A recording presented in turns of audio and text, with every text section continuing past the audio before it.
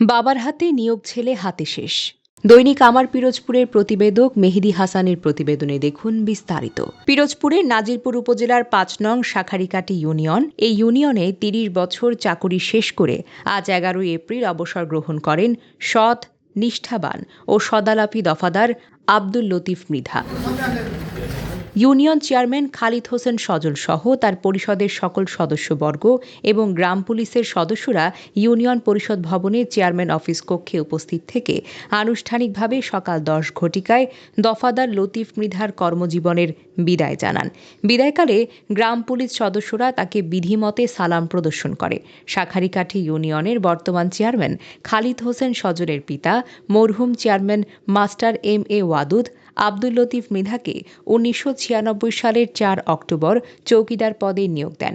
আব্দুল লতিফ মৃধা সততা ও নিষ্ঠার সহিত দায়িত্ব পালন করায় ২০০৪ সালে দফাদার পদে পদোন্নীত হয়ে দফাদারের দায়িত্ব পালন করেন।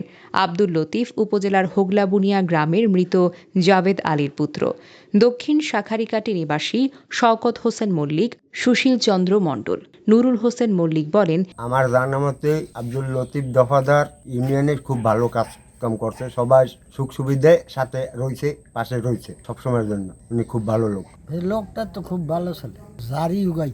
উনি যে ভালো মানুষ ছিল আমি একা বলবো না, এটা এই আমাকে ইউনিয়নের সব মানুষই বলবে। তার অর্ডার করার সাথে সে কাজ ফলো করছে এবং রিটায়ার করার পরেও সে কাজ করছে এবং সে ইউনিয়ন পরিষদে দেখছি রাত্রে শুয়ে রয়েছে।